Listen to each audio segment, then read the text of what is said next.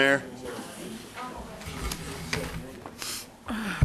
Okay, we're in section 2 of our budget presentation and discussion. Now we're going to talk about enterprise and capital funds, and these funds have a lot to do with infrastructure, including things like our street system, our sidewalk system, our stormwater system, our water system, those types of items.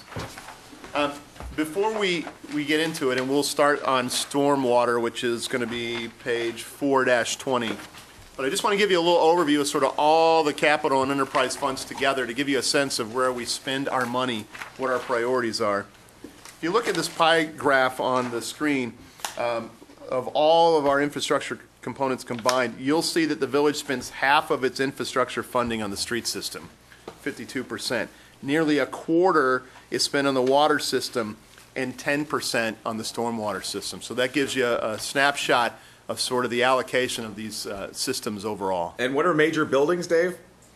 Major buildings are the village facilities. We're sitting in one right now, and you can see that that's a very small percentage. I think we have 14 buildings or so, something like that. 3% on major buildings. I wish I wouldn't taken that bite. But I have a long-term question, long-range financial question. Right now it's 50% on streets. Is that because of the current condition of the streets, or is that? Yes. Is that, okay. So where does that percentage go when we get caught up with the streets and we get back on a regular paid program? Hold that thought, because Nan's going to show you a couple pie charts in the street section where she's going to show how we're moving and accomplishing our goals. Okay. And where that'll put us later. Yeah, because it would be interesting. But, all right, I'll wait. Yeah. We're going to. This is. No, that isn't. Where is this actual slide? It's in the C 6-2 for this slide. Sorry, it's an anomaly. One thing out of order there. Those late additions. Take back those 10 points. Yeah. It is not linked. This was a change we made yesterday, so that's why it's not. Just to prove this is a live working document. It is a live document. Okay, so that's an overview of where we spend money, but we'll go into Stormwater Fund now, which is on page 420. 421. And 421. The Stormwater Fund, brief overview. Revenues of $3.4 million. The vast majority of the revenues are now going to be stormwater fees. 3.3 of that 3.4. Where's the other 100,000 come from? Developer payments, cash in lieu of detention, those kind of things, and a teeny tiny bit of interest on the bond proceeds from '08, that portion of which are still sitting there. Very small portion. On the expense side, $6 million. You'll notice immediately that the expenses exceed revenue. Why is that? That is because the village continues to spend in a planned manner the proceeds from the 2008 bonds that were for stormwater as we make improvements that are called for in the Water Infrastructure Improvement Plan. We are balanced on an operating side, and we're spending down proceeds that we already have on hand, and that's why it looks like it does. That's by design, and that's driven by the projects that happen to be in the pipeline for that particular year. Absolutely. Okay, we said that one of the key points of the budget is that it implements the stormwater utility and that it affects the budget in 5 major ways in 3 different funds. The first 2 impacts have already been discussed, and they affect the general fund and the property tax levy. The next 2 impacts happen right here in the stormwater fund. The stormwater fund will become an enterprise fund, and stormwater fees will be charged to all properties in the village to generate $3.3 million in revenue. Dave, you might want to explain for the average public what an enterprise fund is. That's a great question. Here's an enterprise fund slide. An enterprise fund.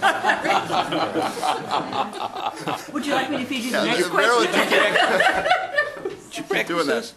Okay, an enterprise fund. It's a fund that really acts like its own business. And it means that this fund itself accounts for all stormwater-related revenues and expenses. All the activities happen in this fund. This is like our water fund or our parking fund. So instead of being a capital fund, small c capital fund, it now operates like its own business supported mainly by those fees.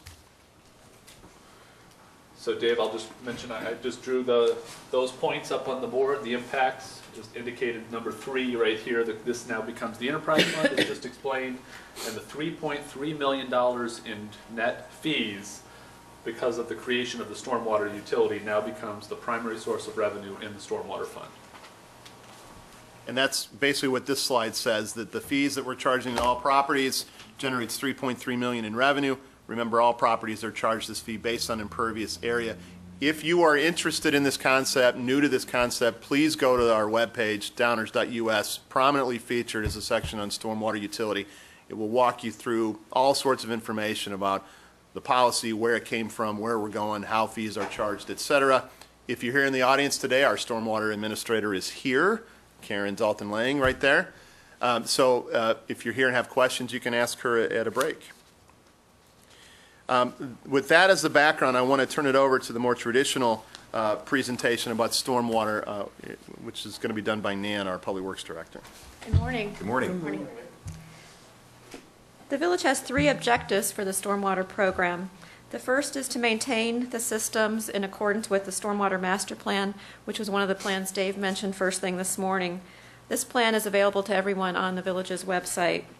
And it really includes the major maintenance work that we do in the village, which comprises replacing storm sewers as they reach the end of their useful life, cleaning and stabilizing our channels and our creeks throughout the village, maintaining and dredging stormwater storage facilities like basins, and performing system maintenance. Our second objective is to maintain and operate the system in compliance with the requirements of the Federal Clean Water Act. We do this by performing regular system inspections and reports, permitting soil erosion measures for new construction, and constructing water quality improvements to meet the increasing requirements of the Act. And our third objective is to continue to improve the system by constructing projects identified by the Watershed Infrastructure Improvement Plan, or the WIP. And this plan is also available to residents on the village's website. In addition to constructing new capital projects in 2013, we will continue to work with residents to complete cost share projects and to investigate and address new drainage complaints as we get them. There are 3 major watersheds in the village. They're named for the creeks that ultimately drain each of these areas. In the north part of the village here, we show Lacey Creek. That's the Lacey Creek watershed. The center part of the village is the St. Joseph's Creek, which has 2 tributaries, north and south. And then in the south area is Prentice Creek watershed. All of these watersheds ultimately drain to the east branch of the DuPage River. These 3 creeks have a total of 11 miles of stream banks, and that makes up the backbone of the village's drainage system. These are pictures of some of the more deteriorated portions of our creek system. They can include some old, poorly constructed retaining walls that are failing and collapsing in the creeks. These create blockages for flow and can lead to flooding. And later in the presentation, I'll show you some of the headway we're making in taking care of some of these problems. I showed you this picture before. About 2/3 of the village is drained by a storm sewer system, which is made up of 130 miles of storm sewers and 7,000 drainage structures. And fortunately, this is not a typical storm sewer by any means in the village, but I just want to emphasize that we do have old drain tiles throughout the village still. Some of them are backyards and some of them are in some of our older neighborhoods. And it's important that we continue our emphasis on maintenance, replacement of this old infrastructure, and that it continues to be a high priority for the village. One big accomplishment I'd like to highlight for this year is we did complete the entire cycle of cleaning and mapping of our storm sewer system. That is just wrapping up now through a partnership with IS and Public Works. Our crews have been going systematically throughout the village and been cleaning and mapping with GPS, and including in our computerized mapping system, our entire system. So that will be a great tool moving forward, and it's important that we continue that process of cleaning to keep our system working well. Before you move off that slide, when those are clay tile pipes, when we go in there and repair, are we putting in PVC or a new improved concrete pipe? We are putting in the right-of-way, we typically put in concrete pipe. In some backyard applications, they put in the heavy-duty PVC. Okay. The remaining third of the village is drained by ditches, which comprises 140 miles of open ditches and 47,000 feet of culverts, generally like you see here where they cross residents' driveways. And each year we contract for ditch regrading, And our crews at Public Works work alongside the contractor to do the culvert and driveway replacements and to do the restoration of the disturbed areas. This is the work we're just completing this year. There are roughly 315 stormwater basins throughout the village, which temporarily store stormwater and help to alleviate flooding. The majority are private, but the village does own and maintain several regional facilities like Washington Park, McCullum Park, which you're familiar with, 8th and Cumnor, and this is our most recently completed naturalized basin at 2nd and Cumnor. This project was completed this year and is a great example of the village working with residents and neighbors to create a cost-effective solution within an already built neighborhood. This project significantly reduces the impacts of flooding while providing water quality, habitat, and recreational benefits. And this project was recently recognized by the Illinois section of ASCE, American Society of Civil Engineers, as an outstanding stormwater project. The village took care of several areas of problematic stream banks this year, including this project on St. Joseph's Creek South. In many cases, and really our preference is to be able to stabilize the banks with green, vegetated methods, but in some cases like this, we have to use more hardscape because of the flow of the water or the limited space we have to work in. So we use a variety of methods, and it's very dependent on the specific place we're working in. This project was identified in the WIP and was completed this summer. We're also in the process of completing the design and construction of a few other stream bank stabilization projects for this year, and we have a few more in the budget for next year as well. To meet our objectives for stormwater for the 2013 budget, we've included a total of $3,020,000 for stormwater maintenance, WIP identified projects, and storm sewer replacements. And this is a list of the projects. You can find that on page 4-20 of the budget book, and I'd be happy to answer any questions anyone has. Can you explain what compliance dredging is? Because that's the largest item on that list. Compliance dredging comes out of the 1987 intergovernmental agreement with the Park District. It's a cooperative agreement that calls on each of the entities to use their core competencies, meaning that the Park District will take care of the daily maintenance of ponds at Barth Pond and Prince Pond, but the village, who manages the stormwater aspects, would take care of stormwater. Barth Pond is due for dredging. So this large expenditure is really for the 2013. It's not an ongoing annual budget item. It is one-time, $1,500,000. very large, well, I'll call lumpy expense. It only occurs every 30 years, I hope. Is lumpy expense a Technical term? accounting reference that we can win an award on? It's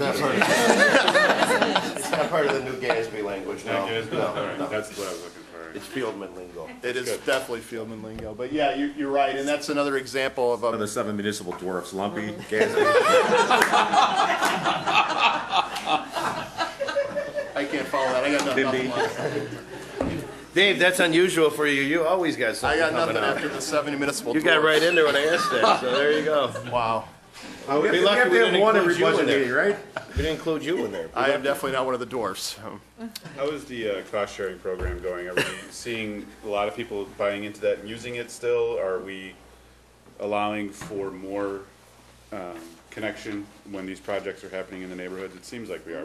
We are seeing more use of it as we're doing the storm sewer projects along some of our streets. We are installing drainage structures that then allows residents to extend storm sewers into their private properties to connect to our infrastructure. So as we're improving our system, it provides opportunities for residents to make connections. And we always emphasize that in our neighborhood meetings and invite people to work with us to solve local problems.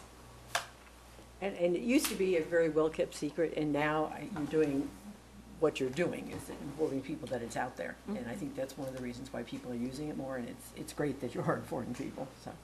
And I think our staff does a great job of working with residents to help them identify solutions too. I think that's a great benefit to residents. Terrific. Other questions from the council? Any questions from any members of the audience with respect to the Stormwater Fund? Terrific. Nice presentation. Thank you, Dan. Mr. Balicki, our Assistant Director of Public Works, will now present the Water Fund. This is the water that you drink, not the Yes. water that comes down from the sky when it rains. So. The other water Or fund. the water you flush down your toilet. It's not That's the a water whole you flush, different- that's a whole different That's government. another entity. Yeah, head over to the open house Yeah, later today. open house today. An intergovernmental transfer. Good one. A rare one from Commissioner Waldeck. Well done. That Diet Pepsi Lime is really doing wonders. And the donuts. And the donut, yeah. I had 2 donuts. With that introduction, Mr. Blicky, good morning. It's hard to follow. We're just making it interesting, that's all. Well, good morning, everybody. I'll be providing you with a brief summary of the Water Fund for fiscal year 2013. This can be found on page 4-22 of your budget book if you want to follow along. As we start, you'll see a few photos on the screen of just some different elements of the water system. That's a valve going in underground, one of our elevated storage tanks. What size valve is that? Is that a 6-inch, 12? What kind of pipe is that? Just so people have an understanding. That's ductile iron pipe is the pipe that we use. The size valve that is, that's probably, I mean, to me it looks like about a 12-inch valve. That's fairly large. Most of our pipe in our system is 6-inch to 8-inch diameter, so that's on the larger size of what we would have. So that's a lead pipe then, right? The Yes. supply, main supply line, okay. Correct. Ooh. That's a water main break. That's The what Bonnie can break? happen on Yeah, a that looks water like main Bonnie break. Bray. Old Faithful. You're watering your lawn. Well, yeah, it's kind of what it looks like when the heads break, yeah. No, I've never done that. After the last water bill, there is no more water along. And All right. that's our tower at 71st Street. There was a lot of discussion the past few years about the water fund with the completion of the water rate study in 2010 and the early 2012 increase by the City of Chicago in the cost of water. The complete water rate study is available online on the village's website. You'll see from the budget that the fund is projected to include a spend down of the bond proceeds from this year's issuance for 2013, and that we are planning to move forward with planned capital projects. The village provides clean, safe, and reliable water service to residents and commercial establishments in and around the village. And the water system serves a residential population of about 50,000 people with a service area that includes all areas within the village limits as well as a limited area outside the village.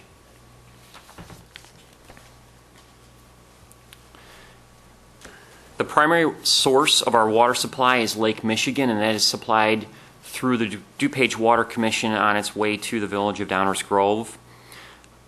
The major components of our infrastructure for the water system include our 7 elevated water storage tanks, 6 rate control stations, which are the intake points to our system for the water that we receive from the DuPage Water Commission, over 200 miles of water distribution main throughout the village, 2,600 fire hydrants for fire protection, 2,700 mainline valves which allow us to isolate portions of the system, as well as our supervisory control and data acquisition system, which we refer to as SCADA, which allows us to monitor and control the system on a daily basis. And the system is operated on a daily and emergency basis by the Water Division, which is part of the Public Works Department.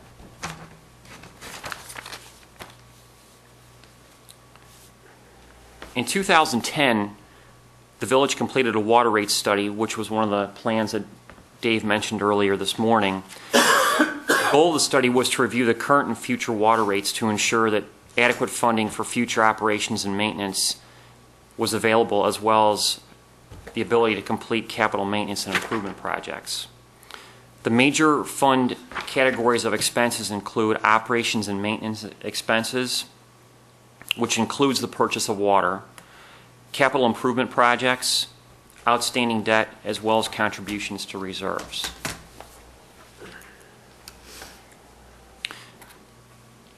This slide shows the proposed multi-year water rate increases that were recommended by the water rate study, which is referred to here as the original plan. The second line shows the proposed rate increases as a result of the increased cost of purchasing water.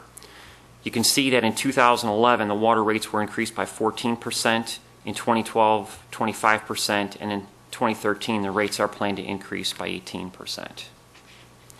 Those increases support the capital expenses in particular that you see planned for 2013, and this is a breakdown of the projected expenses in the fund for 2013.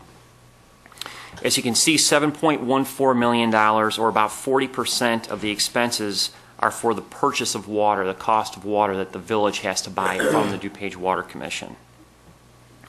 Another $3.72 million, or 21%, is the cost of operations and maintenance, and the remaining expenses are for debt service and capital projects. And we continue to spend capital dollars from the 2012 bond issuance. The next slide will provide a little bit more detail on the capital projects that are planned for 2013. You can see that there's about $3.25 million in water main pipe replacements, as well as another line item for $1.025 million for water main loops. Those two items make up about 2/3 of the total capital expenses for 2013. So about 2/3 of the overall capital expenses are going towards pipeline work. Other categories of work include rehabilitation of water towers, as well as site improvements and facility improvements, as well as some work that is planned to take place on the SCADA system and some AMR system work. That concludes the summary of the water fund for 2013, and I'd be happy to answer any questions. Dan? Questions? Yeah, I do. Couple. One, the water main replacements and the water main loops are going to be, many of them will be done in conjunction with roadway projects, so that we aren't ripping up roads as they just put in or whatever. I mean, so there's a packaging, if you Bundling. want. That's correct. Bundling, excuse me, that's the technical term. The bundling of all the projects together so that we're not, but there are then other areas of town where a replacement or a loop needs to be done. That's correct. Okay. So it's a mixture of it. Yes. And when you see Nan come back up and talk about streets, you'll see how we try to, on the street reconstructions, do the water mains while we have the streets torn up, Right. and you'll see where the subdivisions will be working on in 13. And then on the slide that you had with the increases, the 25% increase of water for 2012, that was not all of that were monies that went into capital projects. Correct. A good percentage of it was actually a pass-through of the water rates increase from the city of Chicago, correct? That's And correct. I think that's really important for residents to understand, is that we didn't just raise it up 25% to put money in the water fund. We did it because the city of Chicago raised the rates a lot. That's absolutely correct. In our original plan, as you see in this table, we had projected a 14% total increase. Right. And we had some money in that increase for expected City of Chicago and Water Commission rate increases. And then Chicago raised the rates even more than we were expecting. So that increase between 14 and 25 was due entirely to the cost of water that we have to pay to the Water Commission in City of Chicago. Is the increase from 14 to 18 in anticipation of rate increases in the city, from the city of Chicago? Yes, it is. Okay, so again, it's not that we're changing the projections from the water rate study, it's the city of Chicago is changing the game plan. Correct. We are following our plan, which is sound, and we're also reacting to things we don't control, like the City of City of Chicago. And then one last question, on the AMR, wish we could just use real words, AMR replacement. I know Dave gave an explanation of its maintenance for all practical purposes of a system that's been in place for 10 or... Since 15 2001, we started, yeah. It's been a while. Are there any other enhancements that are going to have to be made to that system because of its age? Or is this pretty much it? We are just starting the process of really looking at what the next generation of that system is going to look like. Okay. There's a lot more work to be done in that area, but we have started looking in that direction. And So it's going to have to be upgraded as time goes on? At some point, Okay. yes. And did it really accomplish its goals? I think Mayor Tully and I, when he was commissioner, were, I think, the only council members that were actually part of that. There were a lot of things that we hoped to accomplish with the beginning of the AMR program. Have we actually, and you don't need to answer this if you don't have the question right now, but have we accomplished most of those goals? The main one being that it was supposed to pay for itself over the Yeah, course right, of time. exactly. But, periodically we did get some information. We never got, I guess, a final. It's been 11 years. So this is something that I sort of came in right in the middle of, and it's an issue that's been important to both Martin and Marilyn since we got here. And what I found is this: there were two areas that was supposed to help us on. Number one was to reduce the amount of time and money we spend doing physical reads of meters. Right, correct. Absolutely, that has happened. We now read remotely through technology, so great savings there. The second category was to better track water loss in the system, to get a more accurate read of water loss. It has also improved in that area as well. But it's very difficult to measure that second component because there are so many other things we now do to help measure that. We've actually instituted leak detection systems, and we have contractors that go out and try to predict and identify where it's leaking. So it's hard to isolate how much is from AMR and how much is from other practices. But in general, I don't know for sure if it's paid for itself. I don't know if we ever had the detailed information to actually measure that. But it is a success story. We have cut costs, and we have increased efficiency in the water division. I think one of the other things that, at least during the presentations at the time, was the fact that, if a resident, we have a lot of seniors that go out of town for the winter. And supposedly with this particular program, if staff or whoever knew that, if all of a sudden you saw a real spike in water usage in someone's home, you would kind of get the idea that perhaps there was a problem in that person's house. Have we ever been able to document that's ever We do. been used? Okay, so it does. We run high consumption reports, especially useful in the wintertime, because you'll see, especially domestic water use is basically just indoor showering, laundry, cooking, things like that. It's a little harder in the summertime because depending on what people would like to do with their outdoor landscaping, if they water a lot, it's harder to catch that sort of anomaly of the high consumption because some people's consumption just does go up in the summertime anyway. But in the wintertime, it's very easy to run for us those types of reports, and we have had cases where we've been able to let people know that they have a leak in their system somewhere, maybe before they even know it. Okay. So it has been very helpful. So in that respect, it's accomplished that. Yeah, we've had a couple of stories where people have called me and council members and said thank you because you saved me quite a bit of money in identifying a It's problem. even, Well, it was you can even even beyond do a that. leaky, It was- you can even do like a leaky toilet.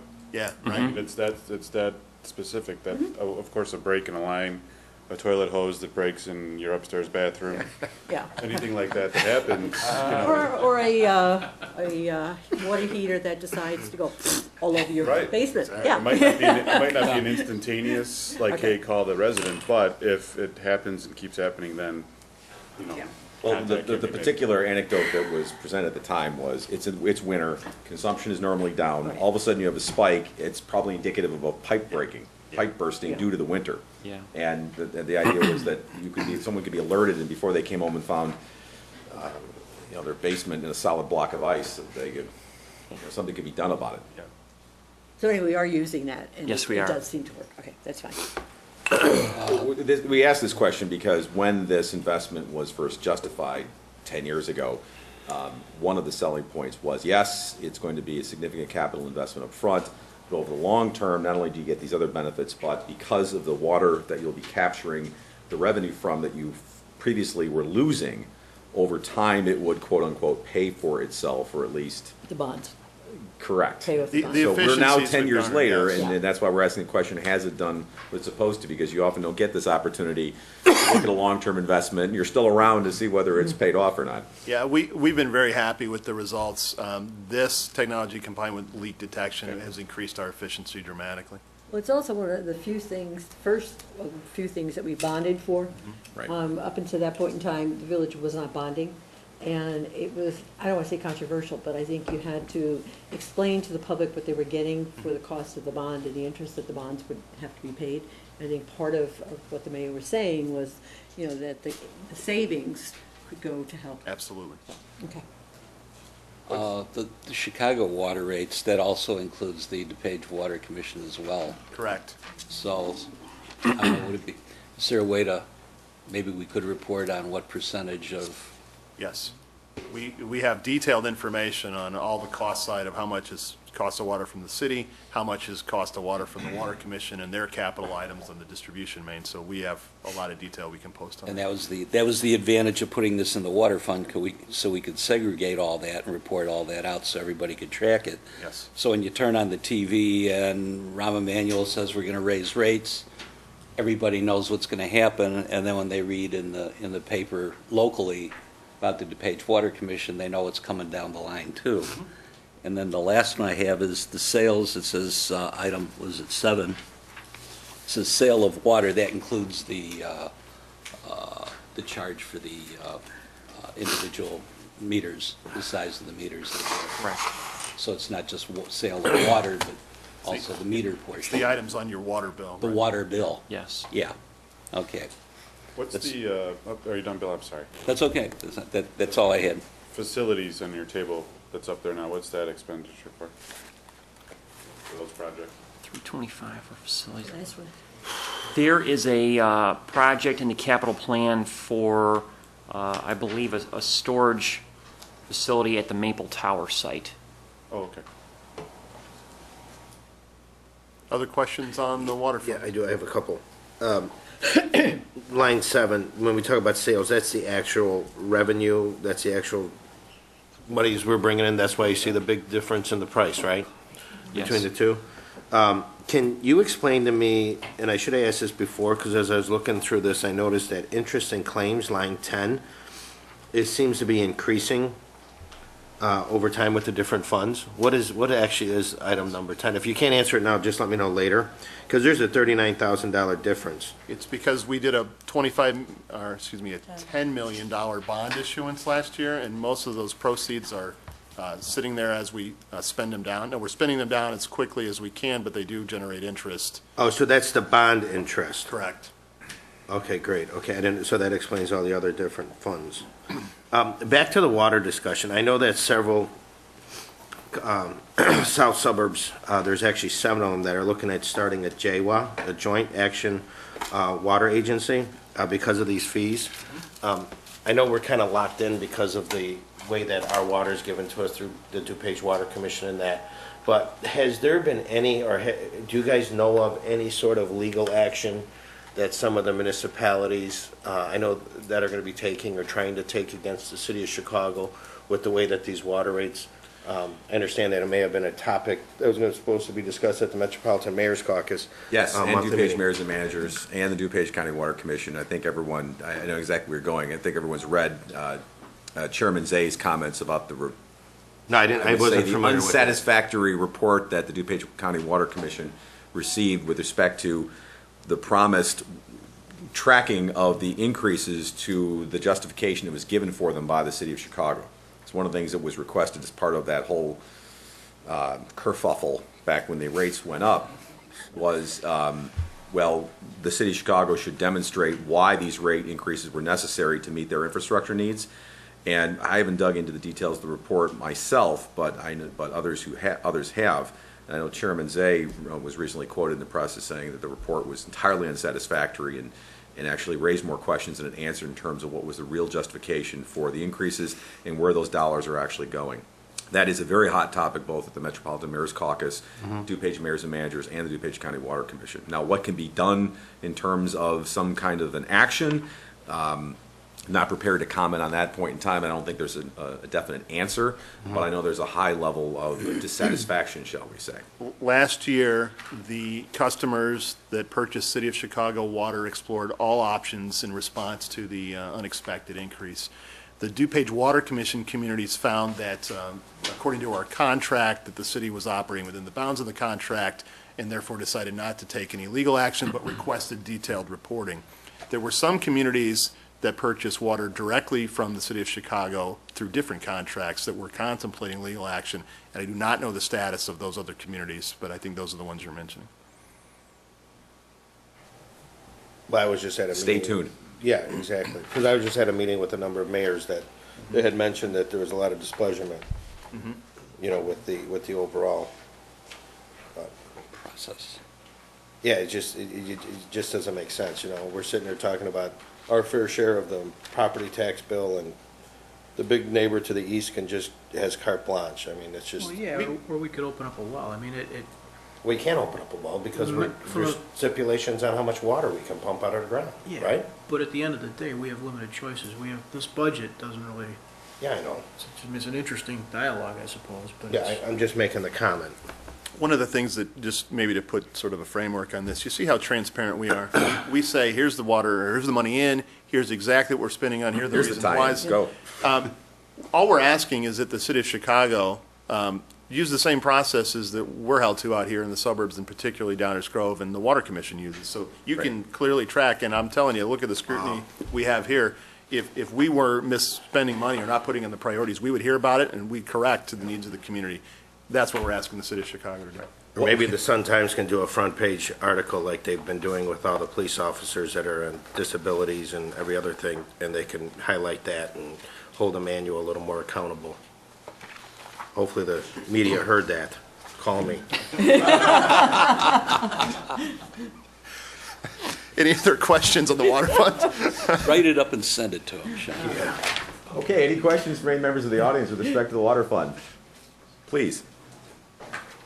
Hi, I'm still Chris Frigo, 1980 Avenue. If you could just clarify on line 7 and 8, and I understand with the progression of sales and the fees and the 25% going to 18, that the sales are anticipated to go up.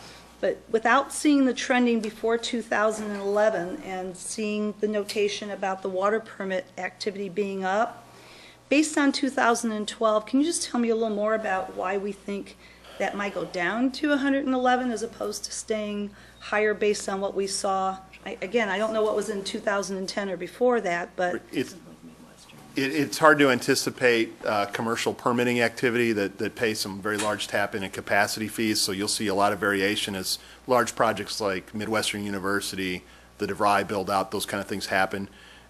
So we could look backwards and get you some more information, but it's what was the term? Lumpy? It can go up and down. It's going to be very sporadic. I'm just curious that is projected so much lower when we know, our sales are going to go up. And I understand like developer contributions in some of our other We had some funds. very large can't commercial permits. We can't anticipate that it will continue at that rate, so we had to take a conservative estimate. Yeah.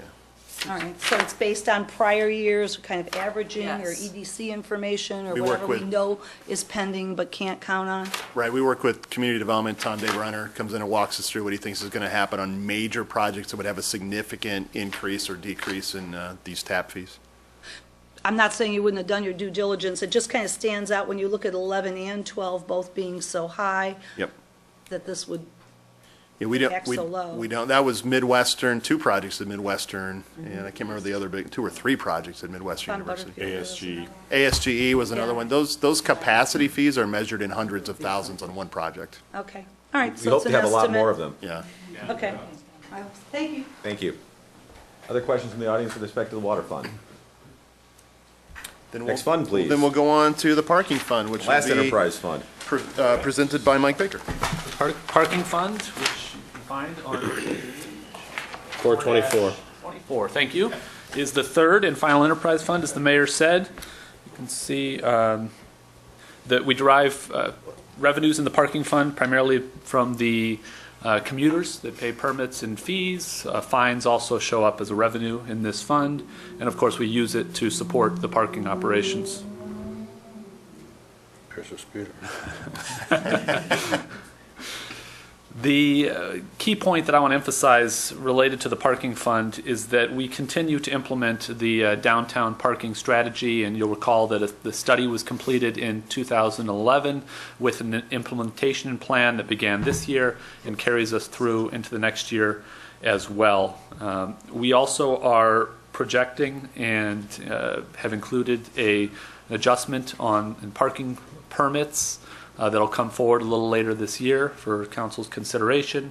And as part of the overall study and its implementation, we continue to work with Metra and BNSF to explore additional opportunities to meet commuter parking demand, especially around in and around the downtown area, and make sure we have the right mix of parking for commuters in the right areas.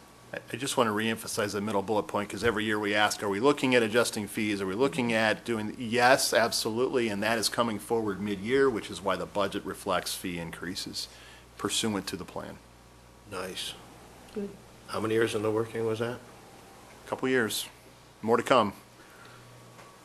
I think, Bill, you've been harping on that one, right? Oh, yeah. Every year. They just stole your thunder, Bill. Ah, he'll do it anyway. I'm sure there's a new something Maybe the coming thunder, up. but here comes the Actually- lightning. Go ahead. Actually, I think there was a survey just put out by mayors and managers. We responded to that. Yep. Very good. Other questions from the council? Any questions on the parking fund? From members of the audience? Okay. That's it for enterprise funds. Now we're on to capital projects. Capital projects funds. Capital projects funds can be found on page 4-26. This fund accounts for the general construction and capital improvement activity of several infrastructure funds, infrastructure systems, including streets, sidewalks, bikeways, traffic signals, etc. In this fund for the proposed FY2013 budget, we have revenues of $7.9 million. What are those revenues? Property taxes, home rule sales taxes, telecommunication taxes, and the village's local gasoline tax, now in the capital project fund. On the expense side, budgeted to be $19.2 million. The majority will be spent on street reconstruction and street maintenance pursuant to our road condition report and plan that has been in place for 2 years. Again, in this fund, expenses exceed revenues because we are spending down the proceeds of the $25 million bond issuance from last year as we work our way through needed road reconstructions. That's by design. That is absolutely by design. The fifth and final major impact of the implementation of the stormwater utility and related items related to bonding are shown in the capital projects fund. Home rule sales tax and property tax revenue that used to be going to pay off stormwater debt are now being shifted to pay off the 2012 bond for streets. This is a conscious decision we made last year to focus our priority on deteriorating streets. So we issued the bond for streets, and we're paying off using existing revenues, home rule sales tax and property tax, but we can't pay it out of the stormwater fund anymore. We have to pay it out of the capital projects fund because that's where we build streets. And so the fifth and final impact of the policy choices made last year is the shift of home rule sales tax and property tax from the old stormwater fund to the capital projects fund. Which is the property tax increase we did when we, In '08. in '08, when we all said stormwater was an issue. That is a great segue, Chantal. I'm just going to walk through that and how we've shifted it here. And I think we need to highlight this. So we have 2 slides on highlighting this to make it crystal clear. Transparency, correct. More You and I have transparency. discussed this a million times. In 2008, the village created a plan for the issuance of 3 bonds that would fund improvements to the stormwater system only, as outlined in the Watershed Infrastructure Improvement Plan. So we had 3 bonds planned, all for stormwater. The bonds would be issued in 2008, 2012, and 2015. This series of bonds would be structured so that the total debt service payment on all 3 bonds would be $4 million a year for many years going forward. The bonds would be paid off using property tax and home rule sales tax. These revenues, as Sean just said, were introduced in 2008. Well, we amended the plan in 2012 as a result of 3 years of long-range financial planning. So 3 summers in a row, we talked about trends and issues coming our way, and we actually amended that plan in 2012 to address increasing need to reconstruct streets. At the same time, the village implemented the stormwater utility, which changed the funding sources for the remaining payments on the '08 bonds from property tax and home rule sales tax to stormwater fees. These 2 changes result in the shift we just outlined. So this is where Sean has said in our budget preview meeting. Make sure people understand that the revenues sources we put in place in '08 only for stormwater have now shifted to streets. That is per a plan, 3 years of long-range financial planning to address comments and concerns we heard from residents about deteriorating streets. But it doesn't mean that we abandoned stormwater either. It does And I think that's not. an important thing, too, just because we shifted to streets, there's still monies that are being used to do the high priority items in the Stormwater Fund. And you just saw that a couple slides ago. We continue to spend down the '08 bond proceeds. We continue to invest in the needed infrastructure improvements. But now going forward, it's an enterprise fund, meaning that it's paid for out of the fees. There's an even greater focus on stormwater now. Yes. Yeah, no, I know, but I think that needs to be emphasized. Doesn't want to be lost, I- right? You know, the reason I brought that up, and I brought this up even when we were talking about doing this, about a year and a half or 2 years ago, you and I have talked about this, is that when we all ran, we were raising property taxes because there was a dire need for revenue to fix the stormwater. And my whole concern is being as transparent as we take pride in what we do. I don't think we were truly as transparent as I think we should have been. I think we should have rebated the taxes that we raised for stormwater, and we then should have raised the property taxes for the streets. That's why I asked for this slide, so people can see that we raised the taxes for the stormwater in '08, but now we're not using them because now we're using a stormwater utility fee, which is a great tool. I just want to make sure that that's true, that we were, all that communications and the reasoning why was all highlighted and in a public meeting, so there was no one sitting back saying, well, you raised it, now you're targeting me here, where's my refund? Well, there's no reason not to repeat that, but two things. One, I think that was explicitly made clear back in 2012 when this shift was done, and it was done for I think 2 it reasons. should have been rebated. Because Well, we're not using it for the purpose. I think we you're getting raised to the the same taxes. place, just in a different way, which I Right. think is important, because you could give it back and then take it again and Right. put it towards streets, or you could simply do what was done in 2012, Or which what we was, just did right now. yes, in 2012, there were two things going on. Number one, there was this, obviously, a very high priority demand cry, if you will, from, I think that's the way it was quoted back when we talked about it last year, a cry from the public to get caught up on the streets, a lot of much-needed infrastructure, resurfacing, reconstruction and whatnot, in a lot of areas in town. You know, please, please, please, put more emphasis on roads and streets. So responding to that call from the public, this was one of the things that was done. Now, the other important part of this is why was that possible? Because if the money was dedicated for stormwater, how could you then move it over to streets? Well, one of the reasons was because we'd actually implemented the first phase of the watershed improvement plan, and some of the high priority stormwater projects had been underway by then, and we were finding out a couple of things, and stop me if I get off base here. One, that the projects were coming in under budget. Two, that the results of those projects were more comprehensive and addressing more issues than perhaps had originally been planned. Now, we knew this could happen, but we didn't know that it was actually happening until that was done. This then allowed us the option of considering, okay, what do we do with those funds? We could, as you have mentioned, Commissioner, undone the transaction, if you will, and then redone it in the name of streets. That could have been done, and you're right, and perhaps that would have been another alternative. But I think we get to the same place, and I think it was very I support loudly, what we did. I'm very just loudly saying called for by the public. Transparency. And I think it was very clearly stated, because I can hear myself saying it a year ago, sitting in the dais in Village Hall, that this is something that we're hearing the cry from the public. We have these dollars available. Yes, they were designated for stormwater, but given the successes of the first phase of the program, is it okay to move these dollars over to streets? And I have not heard one person in our entire community suggest that was not an appropriate allocation of those funds. In fact, I've heard, other than the disruption that's created by road construction, a lot of happy residents that the work is finally getting done on their roads and their streets. So I don't disagree with you, and I think it bears repeating that, and I'm glad you did. But whether it was done the way you were suggesting about undoing it, redoing it, or the way we handle it, I think we get to the same place. Either Yeah, way. we do. I just, And the bottom line is, we didn't raise any additional property taxes to pay for those bonds. correct. The one, the raise in 2008 was it. It's just the monies were used for different things because one, we're going to create the stormwater utility, and two, there were funds available to do the. There's no question that the use of the funds was changed from what was originally proposed, but I think that was done in a very open, transparent, and justified manner. And now we'd like to show you the results of that change that Shonda mentioned earlier. In fact, in Nan's presentation, you'll see how our plan is being implemented and the success story we're having investing in the street system. Nan? Okay. Our objective for the street system is to maintain it in a cost-effective, systematic way.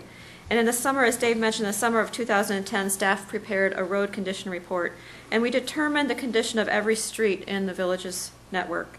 This report allows us to systematically manage the maintenance of our road system.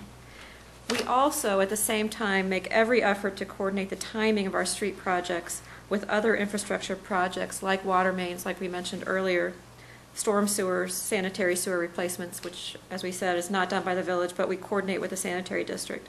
This minimizes our costs and reduces the inconvenience to residents. Sometimes a water main project may lead a street project, sometimes a street project may lead us to look at the water main. So we look at both of them at the same time. The reason we spend a lot of money on our streets is because we have some catching up to do, as well as we have a lot of streets in the village, and they're expensive. We have 331 lane miles of local collector and arterial roads in the village. As we mentioned in the storms water section of the presentation, 60% of the roads are drained with curbs and gutter, which are also an additional expense in maintenance, and 40% of them are drained by ditches. We have shown this graph the last couple of years in our long-range financial planning and in our budgeting discussions, and I think it's just a good reminder to explain the importance of ongoing maintenance. This graph depicts the theoretical decline of a pavement over time, and you can see that the pavement performs at a relatively high level for many years before it dramatically drops in performance. And that's the top level of the flat part of the graph. That's really the part where we want to keep our streets at in performance level. The key to a cost-effective roadway maintenance program is to perform maintenance activities on streets while they're still in the top 4 pavement categories, like these shown here in the photos. This is the flat part of the graph, where they can be maintained with traditional methods that include crack filling, patching, and milling and overlay that you see us do throughout the village. And through a regular maintenance program like this, a street can provide an adequate, very good to adequate level of performance for many decades. The streets in these photos represent those condition categories at the bottom of the graph where it's in the rapid decline phase, and they range from very poor to failed. And we cannot cost effectively maintain them with just regular maintenance techniques. These are the streets that we've identified that are in need of removal and replacement at a higher cost than maintenance, which is why we want to keep them out of these categories. And so if you see us, I know sometimes we get questions from residents, why are you working on that street and you're not working on mine? Mine's much worse than that street. It isn't, the cost-effective maintenance does not mean the worst condition first. So in many cases with these road reconstructions, we're waiting till we can put it into the program and have the funds available and systematically do the removals and replacements. So that's what we... Now the pie chart on the left, we showed you when we first introduced the road condition index, and it shows the percentage of streets in each of the conditions throughout the village. The one on the left was from the year 2010 when we first did our report. And you can see the one on the right is 2012. And you can see that some of the major gains we made with the investment we've made is that the streets in the good category have increased from 25% to 35%. That's the dark green. You can see that increase on these pie charts. And the percentage of streets following in the 3 worst categories, that's our reconstruction categories, have decreased from 22% to 16%. That shows the street reconstructions we've accomplished this year. So you can see the good conditions improving, the reconstruct categories decreasing as we're addressing these. And these positive changes are a result of the increased level of maintenance we're doing and the street reconstruction projects we're doing. Can I ask a question about Sure. that pie? What is the ultimate goal to have that pie look like? The goal is to have no streets in the bottom 3 categories. So as we accomplish the projects, the reconstruction projects, those 3 categories will go away, and we'll continue to have all streets in a maintenance mode. So we'll only be doing crack filling, patching, mill and overlay. Great. And then what time period would we be on? I know that last budget, I was looking at my notes from last year, for the 2012 budget, I had brought up Darien because of my previous experience there. They had, I think it was a 7 or a 10 year where they would be repaving the street. Where are we at? Have we developed that yet? I know there's a lot of work to get to elimination of the 3 categories, but what is the ultimate goal for? For eliminating the 3 categories? Yeah, what time period are we under? We are saying, I would say 5 years. That's really what we're looking at, is spending the $25 million bond issuance. I think the answer is in Nan's next slide. We said when we issued the 25 million that we're going to try to go through all the streets that we are aware of right now that need to be reconstructed. We are on track, and Nan's going to go through her notes on this, to do that in a 5 to 6 year time frame. Now, the key to this, though, is while we're going through to reconstruct the existing bottom three, don't let any other streets Correct. slip That's into that the- bottom that's three. the- And that's the maintenance component that Nan's going to go through. So we'll go with 5, 6, 7 years in that area as we roll through that $25 million bond issuance. You can see here the two, Nottingham, Valley View, which we are, I'd say about 75 to 80% complete this year, and we'll complete this year. Next year, we're planning to do reconstruction of Concord Square Unit 2, as well as Oak Grove Unit 3. We just had a neighborhood meeting for those projects this week, so we're doing the plans right now and meeting with residents and getting those projects underway.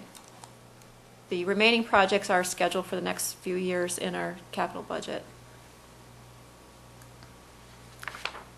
And just in summary, overall, what we are committing next year for capital funds in the street area, we have $5.5 million budgeted to continue our street maintenance programs. And the list of those specific streets will be available around February of 2013. We also have budgeted $7.6 million of the $25 million bond issuance for the 2013 street reconstruction, as I just mentioned, and $200,000 for design services in preparation for the 2014 projects, for a total of $13.3 million for street investment in 2013. And I'd be happy to answer any questions you have about that. With everything we're doing here, I know, referencing my notes from last year, we were talking about, because we had such great success with this building with an owner's rep, with the volume and the increases you're suggesting for 2013, is this all manageable in-house where we won't need a owner's rep? I think I think this year was a good example. Nottingham, we used a resident engineer on the site. That was a very large project. That allowed us to inspect Valley View with village staff. I think that's something that we will look at as we get closer to the project and look at all the projects we have for the year and do a resource plan for our staff and use them most appropriately. I guess the answer is I don't know right now. I think as we get closer to the construction season, we'll be able to tell what we'll be able to do in-house. So you've been happy with the results from we're ending, whenever the plants close, officially road season's over. But you've been happy with our successes over in that subdivision? Very happy. We have one of our staff members who's overseeing both projects. So he works with the resident engineer on Nottingham, talks to him every day and works with residents. Then he is also overseeing on a day-to-day basis Valley View. And we've learned a lot of lessons. We have had great communication with the residents. We try to keep them updated of all of our construction schedules. And I think it's gone very well. We've had very few complaints about the work down there. And just last question, if you don't mind, are we getting those results because we're giving people jobs to do that's what they do versus what we had them doing? Or is it because we've hired new people looking for different qualifications? Probably not a budget question, but I think it's a good question based on what we're doing here. Great management and lean question. Part of the lean process is how are we using our resources? Are we using them most effectively? So we took a look at our skill sets of our people. What's the most cost-effective use of their skill sets? In this case, it was a combination of outside and inside work. Yes, I answered this question because I wanted to brag a little bit about Nan and Andy Sikich, her team leaders. Not only have we had some transition and hired some new people with great skill sets, Nan and Andy have gotten the most out of existing staff that have been here for many, many years by engaging them, by telling them why we're doing what we're doing and how we need to accomplish this thing. So people that have been with us a long time are doing a great job. We're using them in the right way. Some of the new folks that have come on, Andy Sikich, Nate Hawk, others, also doing a tremendous job. The budgeting is a major component of this. We can't do this without the money.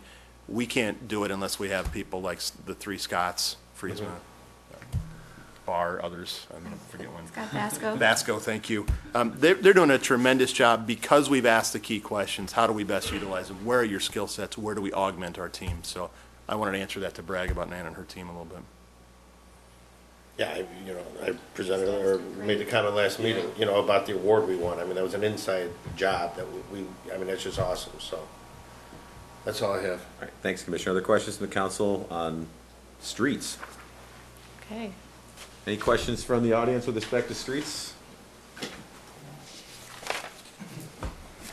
Come on down the highway and love to hear from you. Again, like Chris, I'm still Tom LeCren, 545 Chicago Avenue. Earlier this year, I asked a question of when Washington Street was going to be repaired and was told that it would be repaired this year. That obviously hasn't happened. Is it in the schedule for this year? Because that street is a disgrace to the village. Yes, it is. It's one of the first streets that will be bid in 2013. We did actually bid it this year. I think it was a combination of the timing of the bidding. We only received 2 bids. It was about $100,000 over our budget, and we knew we could do better. We also are kind of revamping it a little bit to add some additional infrastructure replacement with it, which we have budgeted also for 2013. So we'll have a more complete project. We're going to go to bid earlier, hopefully get more competitive bids, and that's one of the first projects we'd like to see underway in 2013. Excellent. Thank you very much. Thank you. Yes. Hello again. Hi. Chris Frigo, could you go back to the slide where we looked at the pie chart year to year? And I wondered if you just could elaborate on the 1% that failed, that are still 1% probably below, but how we're addressing the failed streets in the 2013 budget? I probably couldn't tell you exactly what streets are in what segments. That's all part of the road condition report. Some of them may be in the streets that we're doing in 2013. I couldn't tell you exactly. We can go back at the road condition report and let you know. In those cases, it's just the percentage of failures on the street that distinguish it between a failed or a serious condition. I'll just add to that too, that if you look, it's going to take us 5-6 years to get through this. And let's say the one on this list that's in the very last one in the last of the 5 years, it might shift from the second to worst category to the failed while we're waiting to get through the funding. So if you're looking for that failed category to go away sort of immediately as we allocate resources, it won't, because streets are moving within that. They're downgrading as they're being, in line. They're going from, Okay. as we, when Nan said, hey, why is the village working on this street, which looks good, and not working in this street, which is terrible? Well, it's because of the strategy we have in place. And as those streets show up on the list, as they're waiting to be done, they will actually move into a worse category, ultimately failed. All right, I just thought we should Yeah. clarify, because people will look like, well, you're not addressing it for that reason, because Yeah. it happens with other matrix issues, and there's usually a reason for it, and I just Yeah. thought we should understand it's not that we're ignoring it, it's that You may see there's a that reason failed for it. section grow a little bit, and then at the end of this should be, I'm going to say hopefully Closed gone, down. but. Okay, I just thought it's important that people understand it's moving in the right direction. Thanks. Right, thank you. Other questions from the audience on streets? I'd just like to take a few minutes just to walk you through our plans for our sidewalk program for 2013. The village policy is to construct sidewalk on at least one side of every street, and we use a matrix of criteria that we've developed to help prioritize the order of the construction. In addition, we also consider the condition of the drainage systems on these streets, as well as other infrastructure systems that I mentioned as we coordinate these projects together. We have about 240 miles of sidewalk in the village, and we have about 4.5 miles left to be constructed according to the matrix. Our objectives are to maintain our existing sidewalks, to reduce potential for trip and fall accidents, which also falls into our risk area, and to bring them in compliance with current state and federal accessibility requirements. We also are continuing to construct new sidewalks and to procure right-of-way or easements for new sidewalk along Ogden Avenue corridor. These show some of the sidewalks we replace each year with our sidewalk maintenance program, and these can be either identified by village staff or called in by residents, and then we inspect them and add them to our street maintenance program. These are examples of some of the new sidewalks we've constructed recently through our annual program. We continue to work closely with residents in these neighborhoods in mature and developed neighborhoods, and the end product is a safer environment for pedestrians with as little as impact as possible to the neighborhoods, to trees, and to other streetscape. These are the segments of new sidewalk that are proposed to be constructed next year. They total about 9,000 feet of new sidewalk, about 1.75 miles. We're currently in the planning stages for next year's program, and meetings with residents on these street segments are tentatively planned for November. So next month, we'll start our preliminary meetings. We usually go through a series of 3 meetings with residents as we put forward our plans and get comments from them. So overall, our plan for sidewalks for 2013 includes $191,500, which is budgeted for maintenance. We're continuing our higher level of spending for sidewalk construction, about $650,000, similar to this year. And we have $300,000 budgeted for right-of-way or easement acquisition along Ogden Avenue for a total of $1,141,500 in 2013. And I'd be happy to answer any questions you have about sidewalks. Just wanted to tie in on something we talked about last year. We do have some grant funding available for that Ogden Avenue right-of-way acquisition. That was the topic of discussion a lot last year. We got the grant. We used half of it on the matrix, retroactively applied, and we're using half of it for Ogden Avenue right-of-way acquisition per our plan. Are we actually going to put any concrete in the ground, or is it just acquisition? We do not have money budgeted for construction next year. We have a budget for construction in 2014. So the situation we're in, we made a big push on Ogden Avenue sidewalks in, I think, 08, 09, where we... It's been forever. And then we ran into a situation where we have literally dozens, maybe hundreds of properties that we don't have property on, and they're just little slivers as we go. And we have to use IDOT's acquisition procedures, which frankly makes sense when you're buying big properties, and they can be a little challenging when you have to pick up piece after piece. We have an internal staff team led by Nan and Enza to try to figure out how we're going to best spend this money. Was it in-house resources? Is it contractual help with title insurance, getting titles of property, et cetera? So just getting the property maybe and probably is more challenging than actually constructing the sidewalks once we have it. It is. No, I'm sure it is. Yes. It's just, I looked to Lyle that did it all in one, and I'm sure they didn't just do it all in one construction season, but it appeared like they did it all in one construction season because it all went in at one time. Ours has always been very piecemealy, and I cringe every winter when I see people walking in the street. It scares the living daylights out of me that someone's going to get hit. So it's been a long, long time in coming. 25 years, and it isn't there yet. So it's just scary. Sean? How does the sidewalk sign affected our budget? I think that's something we implemented, last year? I think that's a great idea. A shame on any of us for not thinking of that, because we wouldn't be sitting here. But how does that play with the budget itself? Because I didn't look that up in previous budgets when we came to the replacement program. Take your replacement money farther, is that what it It does? does. The criteria for replacement is 1.25 inches, which is a pretty big gap. Mm-hmm. Through the saw cutting, we're able to take care of lesser gaps in sidewalk, which helps with our risk. And also there's some ADA issues. They actually identify, I think it's a 1/2 inch as accessibility concern. So we're able to do 1/4 of the village. I think our plan is to do 1/4 of the village every year with the saw cutting. And that'll allow us to reduce our liability and address those gaps faster.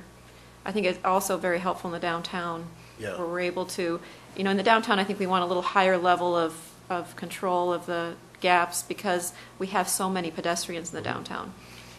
I want to get to the financial side of that too. Bob said to make sure money go further. It does. I'm going to try to pull up the last contract we did where I think we... Well, you don't have to do that today for me, Dave. I just asked because, with kids now, I walk on the sidewalks more than I ever did. And when I would call in, I wasn't the walker in the street because I don't want Jeff to blow the horn at me when I'm going down. But I just noticed that when I used to call in to Dave, hey, Dave, check this out, they would put in a new sidewalk section. Now they just cut it. It makes so much more sense. I mean, We'll get Well, you a as far- report on the money on that side too, because we had great I success. think it allows during us that. to have a higher level of service and spread our money farther. and we can do more. Yeah. And there was only one company that was doing that basically in the area, right? If I recall, is I think you're Some our only bid, one yeah. that bid on it. Yeah. one that bid, but I thought it was, One. yeah, we were kind of limited as to the number we This can is get still to. pretty new for us, so we're Yeah. looking, we talked to, Village of Woodridge has their own saw, so that might be something in the future for us to consider. It's really a matter of where do we allocate our people and what do they best do in comparison to the private sector. So we'll continue to look at that. Well, if we get our own saw, then we can contract out to other municipalities. Or we can borrow the Village Woodridge, give them Yeah. something that we have. But they then don't we're have. gonna be subject to, it They broke, want our you traffic can't cut a count. sidewalk. You know, we've got the Vector truck, they don't, so we'll let them use that and we'll take their concrete saw and, So it works there, but not for a ladder truck. yes, totally different. Fleet, well, fleet services, little intergovernmental agreements. So in the budget message, Sanitary. you talk about, we hope to complete the matrix by 2017. So at that point, or maybe sooner, are we gonna start saying, all right, well, maybe near schools, we need to have sidewalks on both sides of the streets? Are we gonna start adding different? Yeah, the good news is every year, we do the budget discussion and we have a long-range financial planning discussion, and then you get to vote on the actual bid. So there's 3 opportunities per year to set policy on whether we're going to finish the matrix as planned, go more, go less, change, reallocate. I know we started talking about that last summer. So I assume that as we get closer and closer to completing it, those policy questions will creep into our discussion. Well, and there's 2 segments on the matrix that are not in everybody's mind an opinion of the areas we should do, Denver and Woods and Oak Tree or Oak Hill. Johnson Woods, yeah. Yeah, Johnson Woods. So at some point, as we're budgeting, we're getting closer to the end of the matrix, and as these projections and these allocations for funds go out, we're gonna have to make that decision. So if it helps make that decision in one council versus the next or somewhere to get it taken care of and figure out what the actual matrix will look like going forward, I think we should start to consider having that conversation. And the good news is we're going to get to that conversation faster because at this level of funding, we're back up to sort of the traditional levels of sidewalk funding we had pre-recession. So we're going to get to that discussion pretty quick in the next year or 2. But I'll throw in there too, those discussions are fairly important in of the realm of neighborhood meetings and Well, I think the assumption is, extra Yeah, actually, attention. on that point, since the sidewalk matrix was born of TCD2, by the time we get around to 2017, might be time for TCD4.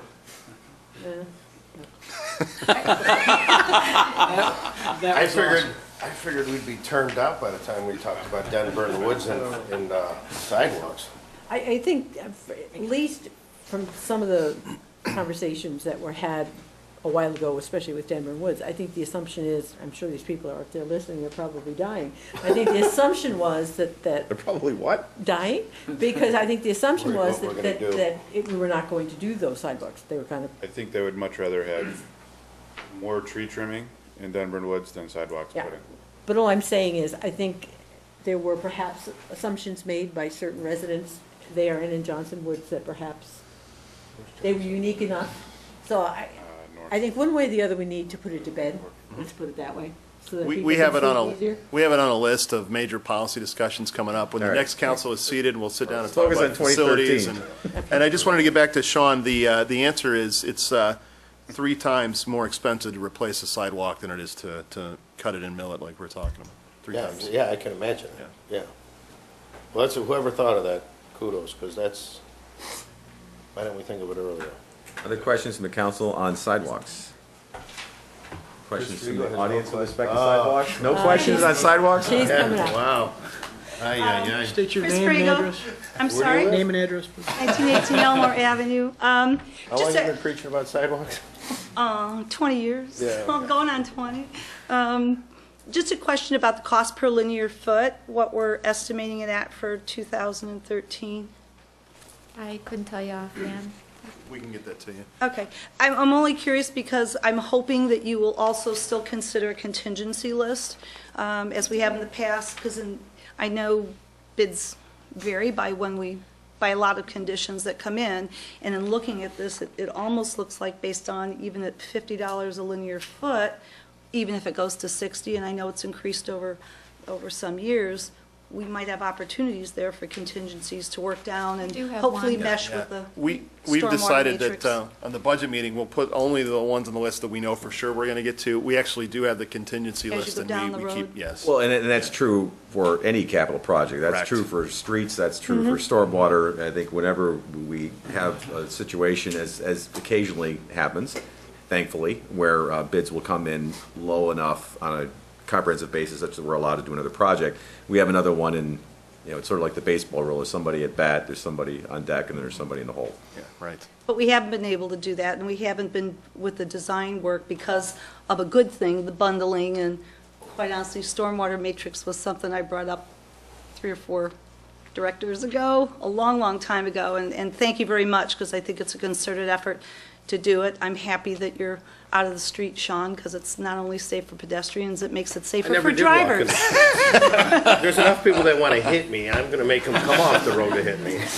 I just wanted to comment, and Chris and I have talked before, in the throes of the Great Recession, we actually chose to save money rather than go further down the list. That was a Right. temporary action. We are back to presenting council with an option of spending what is budgeted because our revenue sources in the capital fund have stabilized. So that's why there was a year or two of not going past the list and not going into the contingency, but we're back to that practice now. Understood, and very grateful for that, and again, reinforcing the fact we need to put our money where our priorities are in streets and storm, and 5% of the capital budget, I think everyone's grateful to see, so I want to acknowledge and thank that for your good and creative efforts on that. Thank you. Thank you very See, much. well, it's not just a matter of money, too, it's also a matter of resources, so Yes. you could over-plan, over-design. You could have $600 million and you can't do all the sidewalks in the entire village in That's one right. construction season. Right. Don't have the people, resources. Other questions on sidewalks from anyone in the audience? All right, moving right along then. Is that the end of the capital funds? That's what I was about to ask. It is break time, man. Major buildings? Oh, do we have something for major buildings? I You know, apologize. we don't have anything prepared, but Other than that, we need some? Let me make a few comments about that, because I think Yeah, it's let's go, let's talk about that. I think here's the story on major buildings. First of all, council, as one of the high priority action items for this year, directed completion of a facility study, which was done, and we're in the process of digesting and really understanding what that information tells us. It's an incredible tool because it gives us a very comprehensive set of what the costs would be to maintain and upgrade existing facilities. It kind of gives us the costs of continuing to keep up what we have. Obviously, that's a critical piece of information as we make decisions about what we do going forward with some of the facilities that we know are in the greatest need of significant upgrade. The other thing I would say is that we saw the slide at the very beginning of the presentation that listed the plans that we have put in place in a number of areas that have kind of set the direction for where we go. The one missing piece that needs to be added to that list is the plan for facilities. We have not prepared an extensive amount of information for the 2013 budget as part of that conversation, but as staff, we fully envision that to be a 2013 long-range financial plan discussion, Okay. taking the information that we have from the facility condition study and using that to engage the council and the community in a discussion about what that plan needs to be on all major facilities. I just want to add one quick thing that's a major point to this. One of the reasons we weren't as concerned in the short run about this is that plan that Mike just talked about confirmed that we absolutely are budgeting for immediate maintenance needs pursuant to the results of that study, almost to the penny, which tells us that Dan Fitzpatrick and his team have a great handle on what's going on in the short term. So short term, we're fine. Short term means 2013. Long term means questions Sean, Bob, and Jeff, and everybody in the council have been asking for years. What are we doing on our major facilities going forward? All right, well, we'll look forward to that discussion because it's one we desperately need to have. We agree. All right, do we want to keep this plowing forward and go into TIF funds and other funds? Fine by me. Or does anyone desperately need a break? We're pretty close to the end This right is a now. pretty- so- yeah. All right, then why don't we keep going forward? Get started, I'm just going to, All right. And then you meet. If we flip to page 4-32, that's where you can find the downtown TIF, or tax increment financing, for those of you not familiar with the acronym. Tax increment financing fund. You can see we have 2012 estimated expenses of just under $2.4 million, increasing to just under $2.7 million in 2013. The primary reason for the increase in those expenses has to do with the bond payments that we continue to make on all of the improvements that were completed over a number of years in the downtown area. This has been a topic of long-range financial plan discussions in prior years. We continue to follow those recommendations and those strategies that really try to maintain the financial stability of the TIF fund through the remainder of its life, which it's scheduled to expire in 2020. I'll take any questions or comments you have on downtown TIF. Questions from the council? These are backloaded bonds, right? They are. So that there will be more that will have to be paid in the next 7 years? Correct. That's right. We're trying to match the increment generated from the district to those bond payments, and we're good through 2015, and maybe even more 16 to 17. So if we have to revisit that strategy in an LRFP session, we will, but so far so good with Yeah, the current. it's been a concern, especially with the fact that, some of the projects did not happen as quickly as one had hoped them to happen. Correct. So, and it's also been a bone of contention, I think, with some residents that they feel that they're going to have to pay this out of general property taxes. So. We should be good for a couple years. We should, and we'll have a handle at least a couple years in advance before we suspect that, yeah. I think the more advanced notice that we can give, the better off we're going to be. Because again, if we're trying to be transparent, these went in with the assumption that they would be paid for with revenues from the increase in check increment. Well, there are other financial strategies that we could look at other than paying on property understand. taxes. And I know that Right. we engage, but we'll have to have that discussion, Yeah, I mean, that's obviously. yet to be, all I'm saying is that I think we The need to sooner do the it better. sooner rather than later. Absolutely. Again, just so that residents understand what's going on and why. Yep.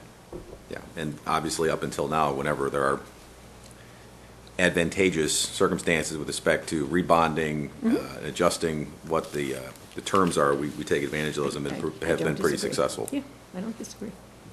Other questions on the downtown tax increment financing district? Well, we cover both TIF districts in terms of public questions, so let's move right on to Ogden Avenue then. Ogden Avenue, actually quite a bit of a different story. We have estimated expenses from the current year of $416,000. That number increases to just over $2 million next year. The reason being because with Ogden, the strategy has always been to allow the revenues to build up, to give us dollars that we can direct to what we see as the best uses for continued investment along Ogden Avenue. Over the past month or so, we've had some conversation with our Economic Development Commission board, who weighed in and offered some ideas and recommendations. And so the budget reflects dollars for targeted redevelopment assistance. Based on some of the information in the comprehensive plan, we'll draw from that as a resource and really look for those opportunities to spur redevelopment along the corridor that has kind of a catalytic effect of contributing to even greater development, and that's the reason you see the increase in expenses next year, is because we're very hopeful of being able to use dollars in that way. Also includes some funding for the continued funding of Oasis Right. and continued funding of sidewalk improvements. So it's all three. And that's per the recommendation of Mayor Tully and Commissioner Durkin on that board as well. Questions from the council on the Ogden Avenue TIF? Let's see, not so much as far as the downtown TIF and the Ogden Avenue TIF. When we have these pages, for example, Commissioner Schnell mentioned we got 7 years down the line. Maybe on these pages, if we can show the Sure. end date on the, Yeah. because I didn't see it in the narrative at all, and I was just looking again to make sure. 2020 for the downtown, 2023 for Ogden. We'll put that in. Okay. Any questions from the audience with respect to either one of the tax increment financing districts, either downtown or Ogden Avenue? Hearing none. Move along. And for the remaining funds, which you can see listed here and make up the balance of this section of the section 4 of the document, we don't have specific planned presentations, but certainly we'll take questions and entertain discussion on any of these funds, some of which, related to debt service, we've already talked about in some form or another, and these are just the funding vehicles for how that debt service gets paid. Can you just talk to us a little bit about the asset forfeiture fund? I think that's a brand new one for 2012. Yes, this Or is was for 2012. And This is a great success story. We'll find that on page 4-40. oh yeah, sorry. 4- Page numbers in order. I'm jumping around. That's correct. That's all right. Feel free to hop around in this section. This is a great success story. We are required by certain accounting laws, et cetera, GASB and some of the dwarves tell us that we have to account for Now, that'll get in the paper. That's better. Not my Yeah. comments about Rom, but that will. Mark it. When we The dwarfs. seize assets due to police activities, we have to account for that money in a segregated fund, and we can only use those funds for unbudgeted public safety police-type activities.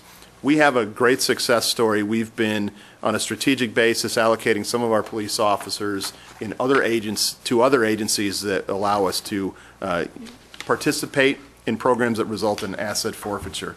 We plan on using this money over time on items identified in long-range financial planning discussions, including planning for new police facilities. It also may be used for replacement or upgrades to our computer-aided dispatch system. So, great success story. If you're interested in that, we could actually put together a little story on how well that's working for us. Yes, please. I just have one sidebar on that. Sure. I used to manage in my previous life monies for municipalities that had the same setup with We were just talking about this officers in these agencies, and one of the municipalities has over $1 million in theirs because of well.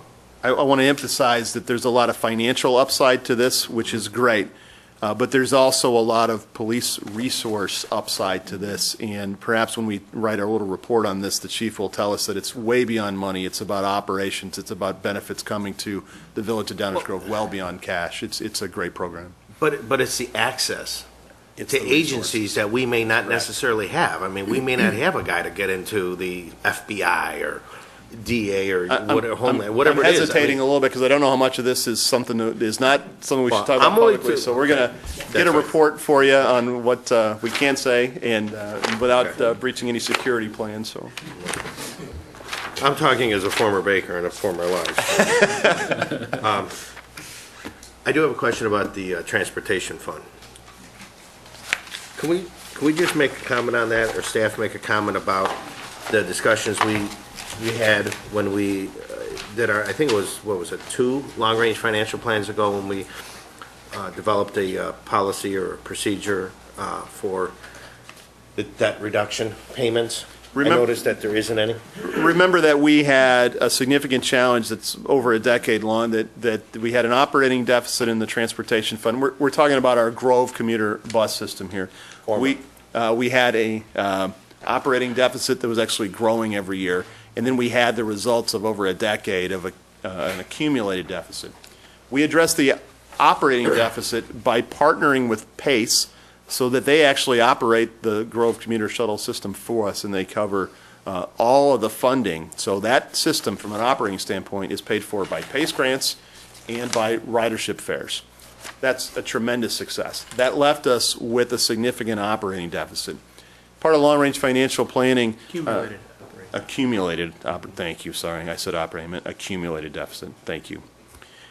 We have a plan in place to address the accumulated deficit, and that is, as the economy recovers and as interest income, the interest we have on bonds and other assets, starts to grow over time, we will take that interest increment, and start making contributions to this fund to pay off that accumulated deficit. That is a good strategy, a great plan. Unfortunately, right now the economic conditions are such that we don't have any interest increment right now, but long term, that's a sound plan. And that plan will have a direct impact on our ratings by the major rating agencies? Absolutely. One of the things that we hear every time we talk to the rating agency is that the Village of Downers Grove has a great way of identifying financial issues ahead of time, coming up with a plan, and then implementing the plan. They responded very well when we walked them through the plan for this accumulated deficit. Thank you. Other questions from the council with respect to remaining funds? I just have a couple I want to comment on briefly. Tax rebate fund, obviously this talks about a number of tax incentive agreements that we have that we discuss at length at different council meetings, so the lack of comment shouldn't reflect any lack of careful scrutiny and analysis of those agreements. I would say that generally they're all operating very well and have all worked out as we expect. Sometimes they are periodically adjusted, but even then, overall, they all make sense and they all contribute to a win-win situation for the community and spur economic development. With respect to the Fairview Avenue Debt Service Fund, I know that debt expires in 2016, but we're on track basically for that to pay itself off with existing dedicated revenues. That is correct. I'll look forward to that. Last quick comment on the library fund, and this is meant to be no criticism of the library whatsoever. We have one of the best libraries in the state of Illinois, and I know that they do a lot in terms of focusing on their own budget and trying to keep their expenses and revenues well managed and balanced and yet provide exceptional service to the community and the region.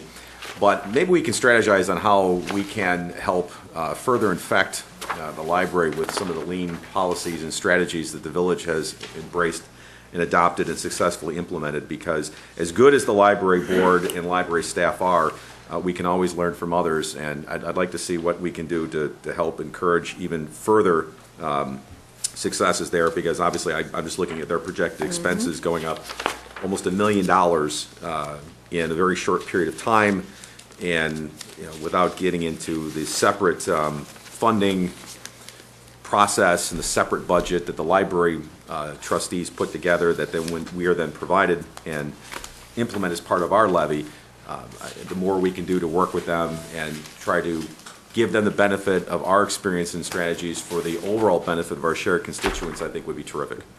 Can I add to that too, Mayor? I think that in our new book, there's a section for noteworthy changes. We don't really have a lot of extra information from them. We have a little bit of a synopsis and history. I don't know if that's too big to ask of them at this point and how their budget is set up and if they're ready to give that, but that would be helpful to see maybe why there is that jump in their expenses. Well, I'll be candid. I think what it's going to take is more of an investment of our time as trustees of this village in working with the members of the library board to foster these kind of conversations. I know the staff works together quite well, but they have their own subset of decision-making process and their own fiduciary responsibilities and whatnot that aren't necessarily within our control, as I've been told over the years. So I think it's really incumbent upon us to help communicate those messages and work with our colleagues who are the appointed members of the library board.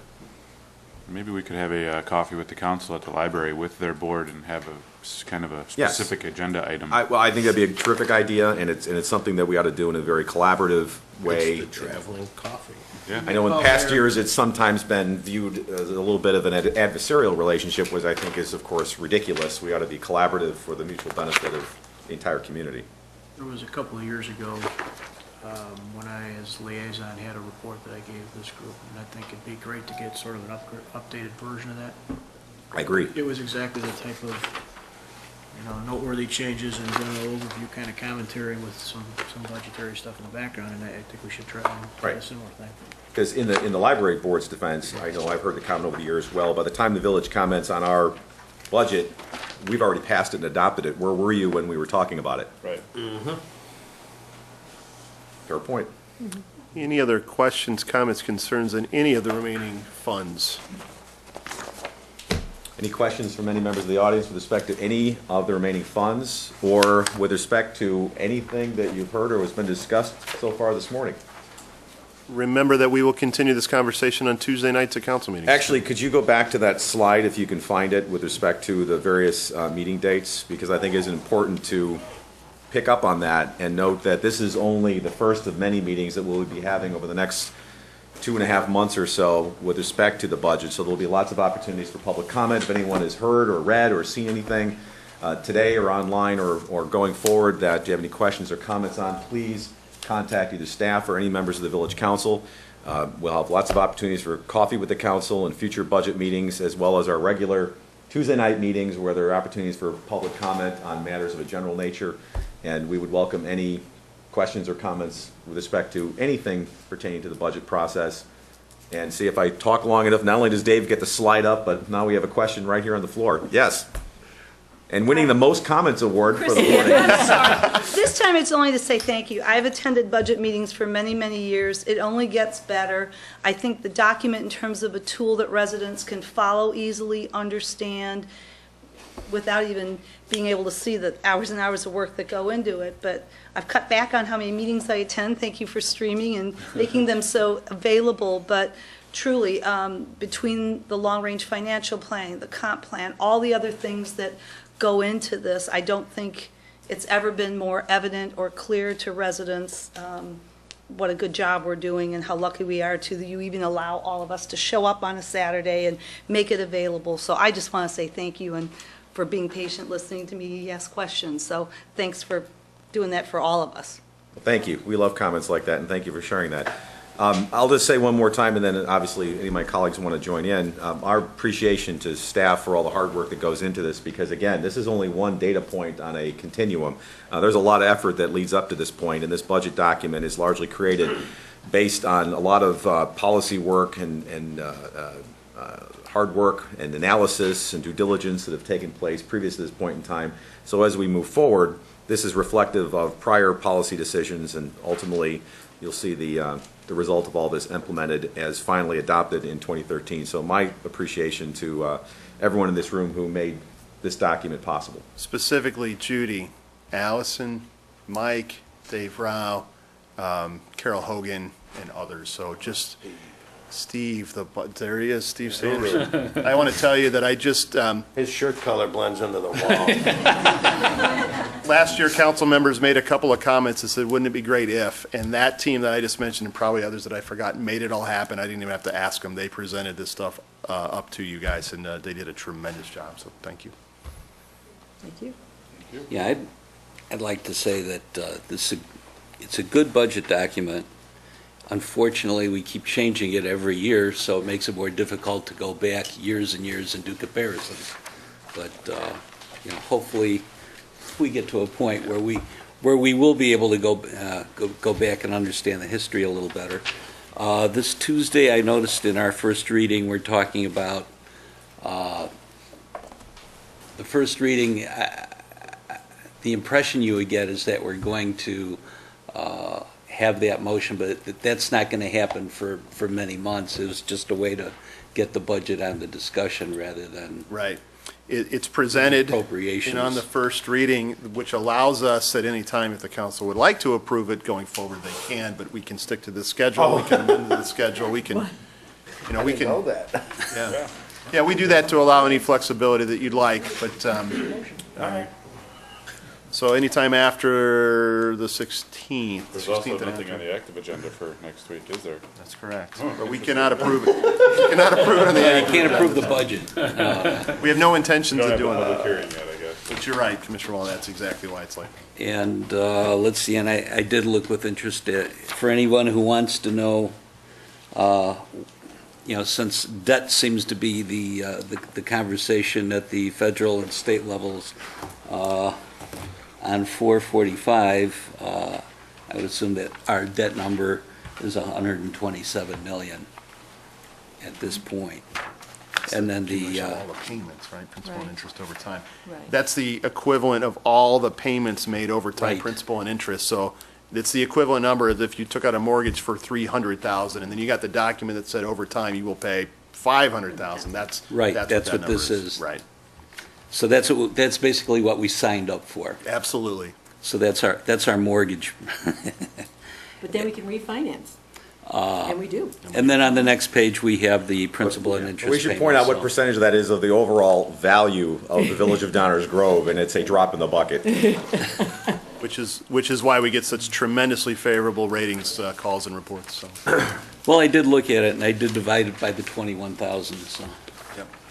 it's a sizable number. It's something to consider as to whether we continue borrowing or try and develop at some point a pay-as-you-go plan. So, just thought I'd bring that up, and thank you for everybody for coming out. Thank you, Commissioner. Commissioner Durgan? Yeah, just two comments. I think this budget meeting today, lasting a little over 3 hours, is really a reflection of the long-range financial planning that we do as a team, as a community, as a village, as staff, so on and so forth. Really, it's maybe a budget for discussion today, but that whole budget discussion is like a year-long process, especially when you're intertwining the long-range financial plan. I know, Commissioner Waldeck, you made a point about, the change in the budget itself. I agree. It may be, there's not that historical data that we're so used to being able to follow. But I think on the brighter side is that we actually have a document here that staff has put together by listening to the comments that not only we brought up, but also residents of where it's at. So I think this has always been said. I've always said this is a budget's a living organism that's always moving around, and I think it just shows here being part of a previous city and their budget process. I mean, this is so much smoother. And one of these days we're going to have the perfect budget layout that we're going to copyright, and others are going to follow. So until then, we got to have a few changes. And one of these days, it's going to be all on this and not on this. It is on here. That's what I was reading. But It's just hard to read. it was nice to see Greg come to the house, but Yeah. binder and book, Next year, we'll work on a mobile mobile app. for the printout. budget, yes. So we need to Virtual buy desktop Virtual version. desktop, 7 yes. iPads, eh? Only if you budget for it. We'll have Take it out of your Bob budget. extensive salary, Commissioner. By $1.14 an hour. Any other questions, You get the comments Fire. from the council? Otherwise, thank you very much, Mike, Judy, Dave, for the presentation and for leading today's discussion. And with that, we're going to wrap up this budget meeting. As was mentioned, there will be many more. Thank you for everyone who came today, and thank you for watching from home.